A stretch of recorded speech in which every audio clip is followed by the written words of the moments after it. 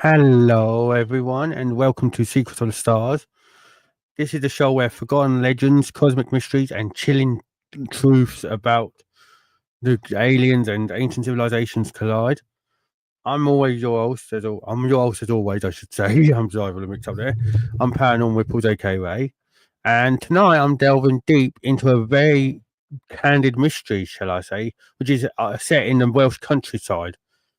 And this is where lights appeared in the sky. Military personnel, like helicopters, moved in the sky and moved like shadows, and entire towns whispered about things that no one could ever explain. This is episode 51, the Glamorgan Lights, South Wales's silent invasion. And are you ready for me to illuminate the darkness in the sky tonight? If so, please do what this banner says. Like, subscribe, all that good stuff, and turn the notification bell on. And yeah, let's start, shall we, with the Vale of Glamorgan. If you don't know the Vale of Glamorgan in South Wales, I'll tell you a little bit of history about the place. It's a population as of 2022 because they're not updated it yet. But as of 2022, 133,492 people call it home across the Vale. And it's southeast Wales. It borders Bridgend County, and there's a lot of places here that is crazy. But this basically, if you're part of you know, how can I put it? It's located really west of Cardiff, and if you know where Cardiff is, where Welsh capital, then you'll kind of know where Glamorgan would be. But it's not. Most people wouldn't expect South Wales to be a UFO hotspot. Basically, because obviously rolling green hills, scenery, medieval ruins, seaside towns like Barry, even though you can't call that a seaside town anymore, it's still technically a seaside town. But yeah, strange lights and extraterrestrial whispers began emanating from this area in the early 1980s, which is even more crazy. And something changed. So, what changed? Would you say? Or do you think, or do you want to Are you thinking? Um, well, residents across the Vale of Glamorgan reported mysterious aerial phenomena, like bright orbs, triangular crafts that they couldn't explain, sudden power outages. And one of the earliest widely reported incidents from the Glamorgan area happened on the outskirts of Barry that I fucking just mentioned. Funny enough, where a couple described seeing this metallic diamond object floating silently over a field, but then within minutes of them seeing it, military personnel, right, like from in helicopters, swarmed the area, telling local witnesses, nope, this area's off limits, no, it's out of bounds. Blah, blah. No reports were ever made in the paper, which is even more eerie. And rumors started swirling from the community, like in pubs and from word of mouth, while areas the military got involved. And if you know from America with military getting involved with extraterrestrial activity, you'll know where this is going. So they started seeing that there was a pattern and that there was more sightings than that. I'm going to explain to you, everyone. But more sightings were basically clustered. Geographic features obviously were noted by people, and they were worried that something was watching them, or someone was watching them. So that was in Barry, right? Now, that was, like I said, that was that's one thing. But in October of 1983, everyone, in Cowbridge, yes, Cowbridge, remember that, people saw what they dubbed the blue light. And that ain't no blue light of a fire engine, or the fire service, or an ambulance or police car, stuff like that. This was a blue light that hovered for nearly 10 minutes over farmland, and then it shot into the sky at an impossible angle that wouldn't ever be like. How can you put? It wouldn't be possible for our aircraft or helicopters. And then the same night, cattle in another farm in another field nearby was reported missing, and they were never ever recovered, and it was never explained why they were missing.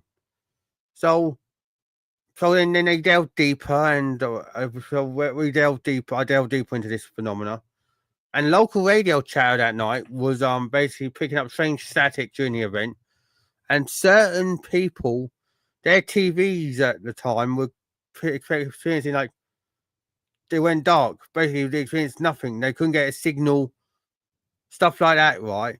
So why weren't they getting signal? What happened? So then so they looked at the TV. So obviously, and then the TV showed flickering symbols. One farmer then I was reading some articles and one farmer claimed that when he walked out to investigate the phenomenon, what was going on,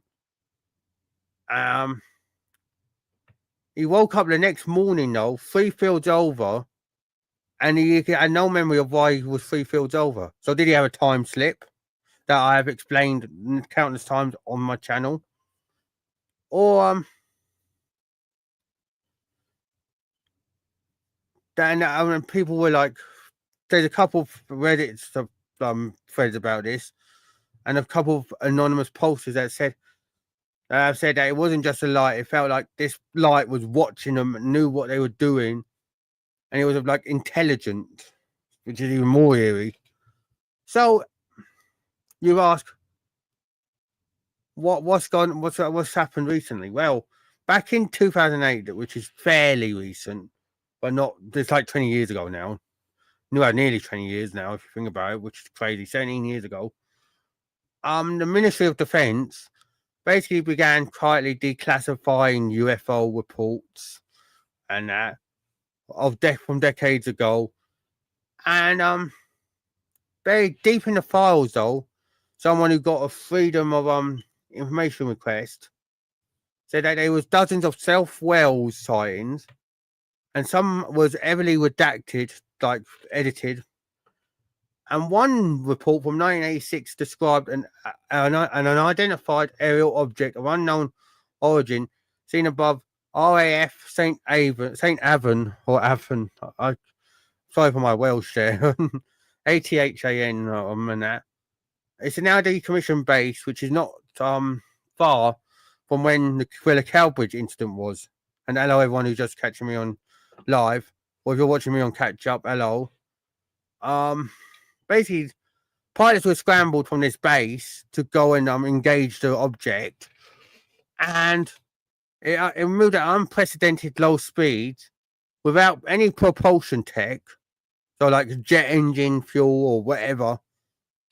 And then the paper trail just stops dead.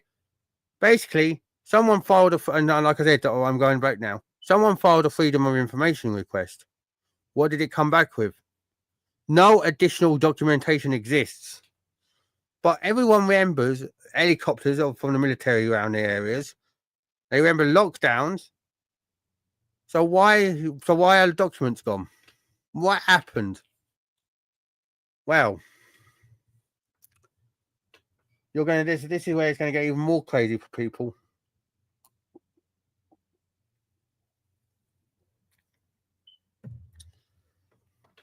These sightings align with ancient ley lines. Yes, ley lines. I'm talking about them again. And if you don't know what I'm on about, ley lines are basically the Earth's energy coming through, seeping up. And they said it's like the energy coming through the Earth.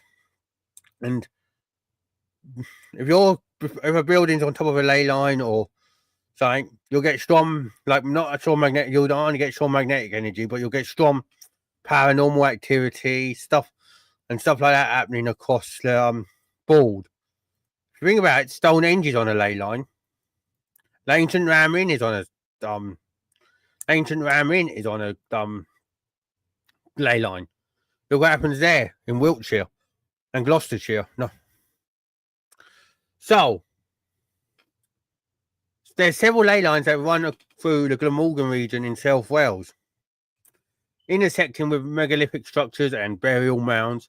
One famous mound or chamber, whatever you want to call it, I would say it's a chamber. And hello everyone again who's just tuning in or watching on catch up. I'm Paranormal Ripples and I'm talking about the Glamorgan lights. Make sure you come in and interact with me, and pardon me, sorry for the burp. So yeah, one place which is interesting, which is older than Stonehenge itself, right? Tinkinswood Burial Chamber. It's older than Stonehenge, like I've said, and Tinkinswood is in Glamorgan, not far from Cardiff. Locals have claimed for ages that orbs have been seen hovering above it, especially during solstices, like the summer and winter solstice. Is it coincidence that they're picking up orbs around that time? Or have the people that built it, the ancient builders of the time, marked something that has been long forgotten, like a cosmic road map, a landing site? Let me know what you think.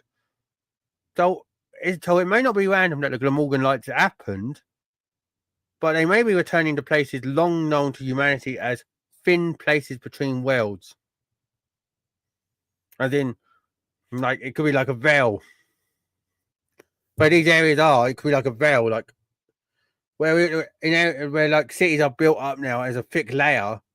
These small areas could just be like a thin veil where stuff can happen.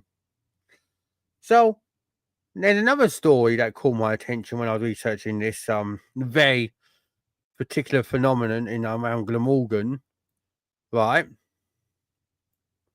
And that is the Gower Peninsula, which is just off the coast. And you're thinking to yourself, Gower Peninsula, right? What's happened there? Well, what's happened is, right,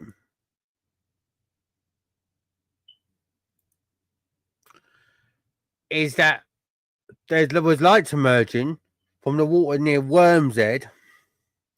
And I'll show you where the Gower Peninsula is, so you know how far it's from Glamorgan.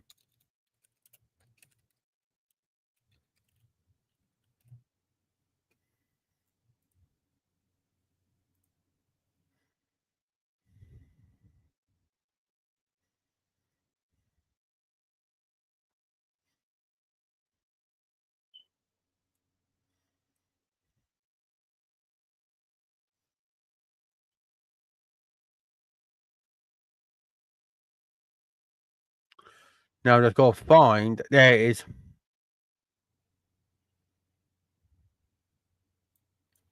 There's the place that I need to find. Hello, everyone. So, knew I'd find it. Right, share screen. And hello, everyone who's watching. This is the Gower Peninsula, everyone. Right here. And basically, lights for near the water near Wormshead have been a thing, which is crazy. And a submerged craft surfacing silently before vanishing into mist is common here. But this is where it even gets real weirder. In 1991, you see Wassiley Beach here. Two fishermen reported a silver dome rising from the water, and the Coast Guards at the time picked it up. Like basically told them, "Oh, it's a trick of the light. Nothing's happening here." Right? So you're thinking, what does that matter? You know? Well, the thing is, the men never ever returned to the water again. It scared them enough not to go back and fish in the sea again. So, is there a hidden portal under the sea or an underwater base? If so, South Wales might not just be like a flyover zone for these UFOs. Could be a destination for people, for these like aliens. Like if there's an underground base or hidden portal down there, it's kind of plausible, isn't it? Well, now it's going to get even more crazy, right? We got a couple more cases here that is going to like shock you, everyone. And this is going to be even more veiny, right? So, basically, right, not all of the Glamorgan lights were just objects in the sky. One of the strangest cases that to ever come, right, out of the Glamorgan lights happened in 1994, the year I was born, funny enough. And that this was 10 years, 10 years after, 11 years, 10, 11 years after, like, I was telling you about with the Cowbridge incident. What happened was this retired rail worker named Gerald Hughes in Atlantwit Major claimed that he saw something standing in the garden of his home just after midnight. So he naturally thought it was a person at first, and a tall, motionless, like faintly glowing. But he got out of his house to go and investigate and stepped closer to it. But the figure was semi-transparent, he said, as if it was made by glass and light, not flesh. So was it like a hologram, so to speak? And it emitted a very low humming noise, he said. And the plants that was around it, with like where this figure was vibrating. But there was no air, wind or that to contribute to the why they were vibrating. Well, you know, the plants don't vibrate, but you know what I mean. If it was wind, you'd think, oh, the wind was moving the plants. It wasn't. It was a vibration. So when he tried to call out, right, to see what this figure was or who it was, silence come out of his voice. Nothing was coming out. So he was there like nothing was coming out of his mouth. But the figure never moved. It just simply blinked out of sight, and that was boom, Bob's your uncle. But it was like an ozone-like smell, Gerald remembers, and a patch of scorched grass that wouldn't be able to regrow for months after the incident, which is even more creepy because think about it, right? That's what they say happens with crop circles.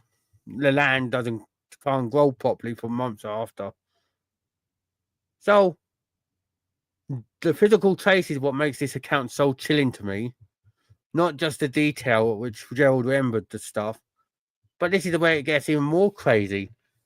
He filed a report and the local investigator took photos of this patch that wouldn't grow, right? Which was ringed in a faint kind of melted kind of edge, which is even more crazy that a local investigator wanted to come and take photos. So, but there again, but several other locals over that time, especially in that summer, the summer I was born, said that they often saw shimmering shapes, and they were sometimes over near edge roads or on back roads. But so they weren't. So these were entities then, and they said they weren't hiding in plain sight like they were afraid of being seen. They were being seen, and they wanted to observe our,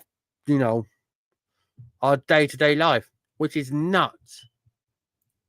So you can't tell me that all of this is fake, like not fake as in a bad thing, but fake as in why the hell is this happening? Why the hell was they observing us? Well, now this is where it gets even more crazy, everyone. And you might have heard me mention this place when I done an Haunted Hours. Nestled deep, right, in the forest hills of neath Port Talbot, lies a very quiet, quaint village, Resolven.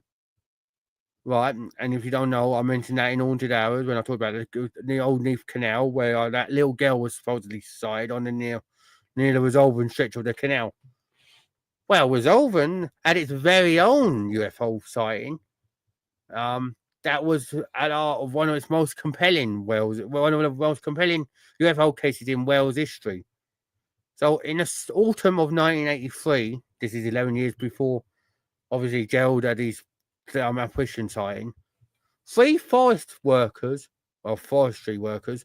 were driving home after a late shift near, and I'm going to butcher this, I'm sorry, but I'm sure Cam will correct me when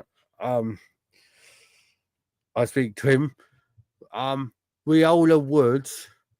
So there was a lake near Riola Woods, and they spotted a strange metallic object in the sky, hovering above the treetops, and they described it as a smooth disc-shaped craft with a glowing orange underbelly, which is even more crazy. It was barely 50 feet above the ground, and it made no sound whatsoever, no vibrations, nothing. So the workers were like, "What the fuck is this?" So they were stunned. So they slowed down their vehicle, and they drew closer, and then the engine decided we'll cut out. And this is at a time, remember, in the 80s, when electrics in cars were just starting to become not the norm, but they were just starting to come rolling out more for the top, like for top cars. You know, they weren't like, remember, not all cars had electric windows back then. Not all cars had LED lights and headlights. Not all cars had touch screen radio now. You know, but so the car just conked out, and the headlights died, and the radio that they did have in the car only decided to emit an high pitched whine.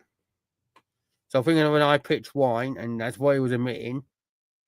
So the men watch this object then tilt slowly on its axis and decide, without warning, I'm going to go. See ya. Incredible speed, they said it was. Over the dark hillside. So that was near Riola Woods, right? And so they eventually managed to restart their vehicle, and they thought, right, what do we do? Now I'll go to the police station, to report what's gone on. So they got to the police station, and their statements were taken, but obviously the police thought, they're mad. They've probably been a couple of them probably been on a drink or whatever. Yeah, we won't do anything, so they didn't bother, which is kind of the thing. So they were never followed up. But the following morning is what questions this even more crazy. A ring of scorched vegetation and oddly wilted trees was found near the location where they saw this UFO, and one witness later claimed that the bark on nearby trees had cracked and peeled in spirals, almost like something had cracked at it. So this is where it gets even more like the only way that would happen is if it was exposed to an high temperature heat source. And as we know from people telling us about UFOs and that, they emit high temperature heat. So Riola Woods had this connection to a UFO that was high on heat and the stuff like that happened.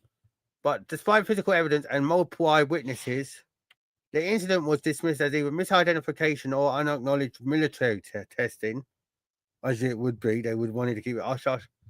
But things got stranger in the days that followed. In that was over and that.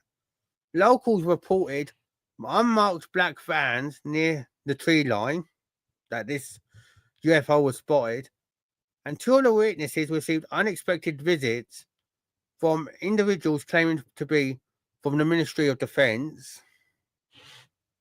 And one anonymous account said that they were told in no uncertain terms to stop discussing what they've seen, and files on the case remain inaccessible or non-existent, and there has never been an official explanation. Stories still circulate of these lights appearing near the Riola estate, which is even more crazy. Sort of strange power losses in remote cottages that day or that night, and an invisible presence that watches just beyond the trees. For a case buried under silence, the scars in the valley remain remarkably fresh round there, which is even more nuts. So, what the hell is going on in that area of Wales?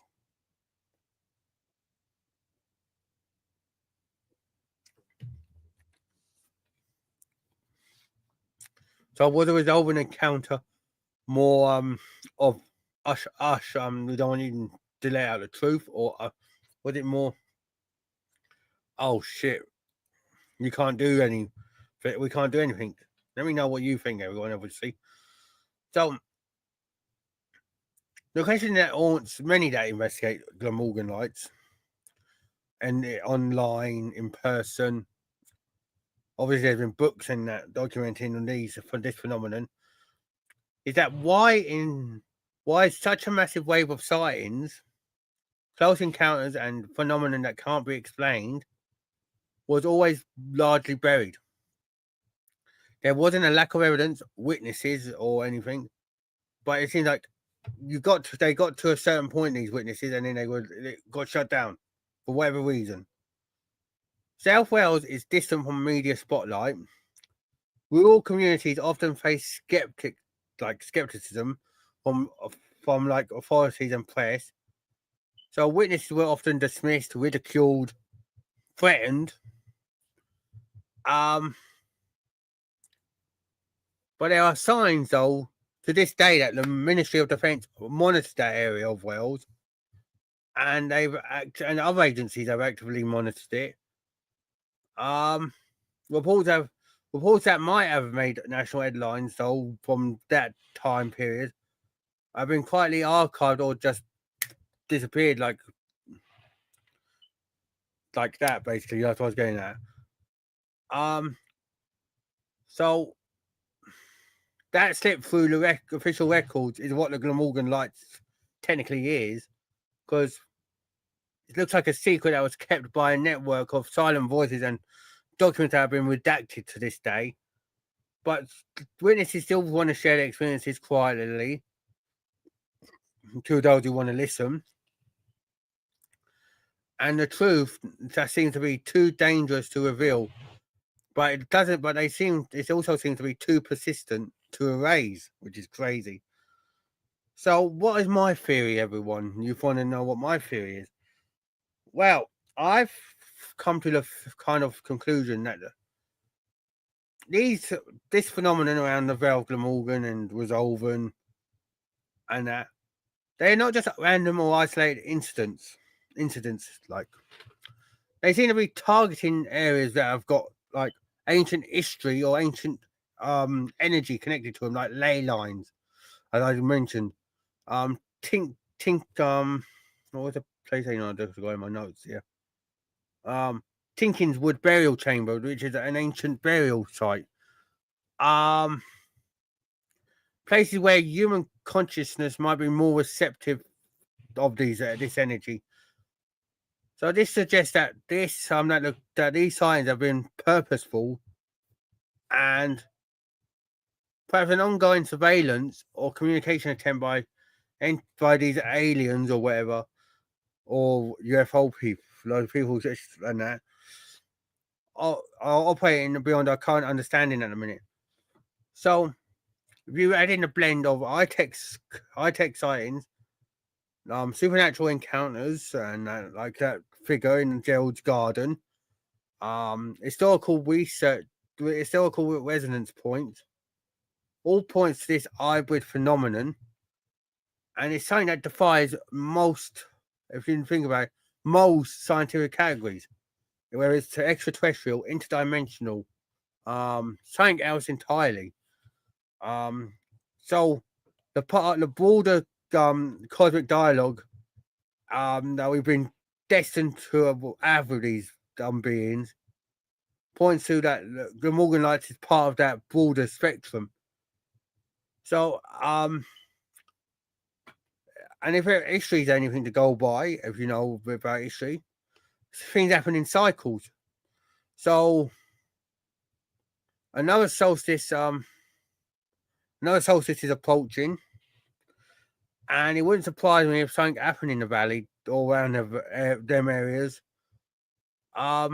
This is stronger or more visible or more interactive. So if you live in the area or you plan to visit, keep your eyes open, get your cameras out. So I'd love to see any pictures or that or video clips.